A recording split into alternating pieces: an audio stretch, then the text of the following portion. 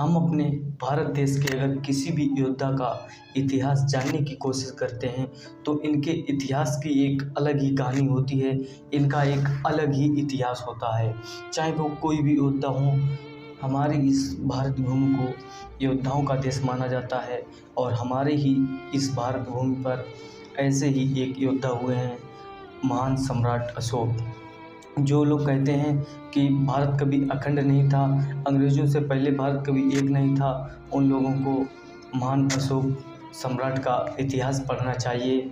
सम्राट अशोक ने अखंड भारत पर राज्य किया। उस समय सम्राट अशोक का साम्राज्य पाकिस्तान, नेपाल, अफ़गानिस्तान, भूटान, म्यांमार इन सभी देशों में उनका साम्राज्य फैला हुआ था।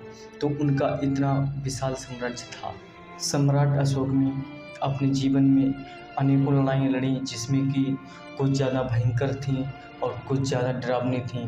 उनमें से ही एक जो उनकी लड़ाई थी वो थी कालिंग का युद्ध। कालिंग के युद्ध में बच्चे, बूढ़े, लेडीज़ें इन सभी को मौत के घाट उतार दिया गया था।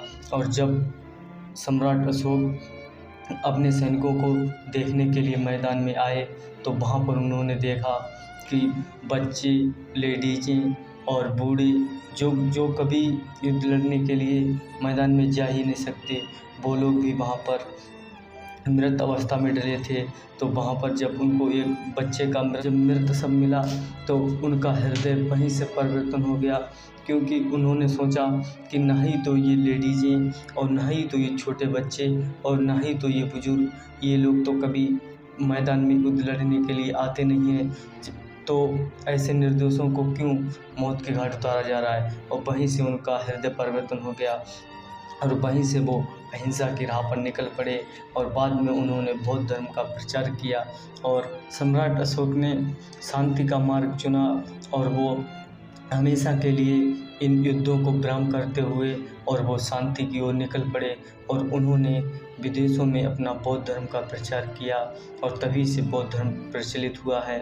और तभी से इनके जो 3 दहाड़ते हुए जो शेर दिखाए जाते हैं, ये अशोक राष्ट्रीय चिन्ह है और तभी से इनका राष्ट्रीय चिन्ह होगा, क्योंकि ये भारतवर्ष के प्रथम वीर योद्धा थे।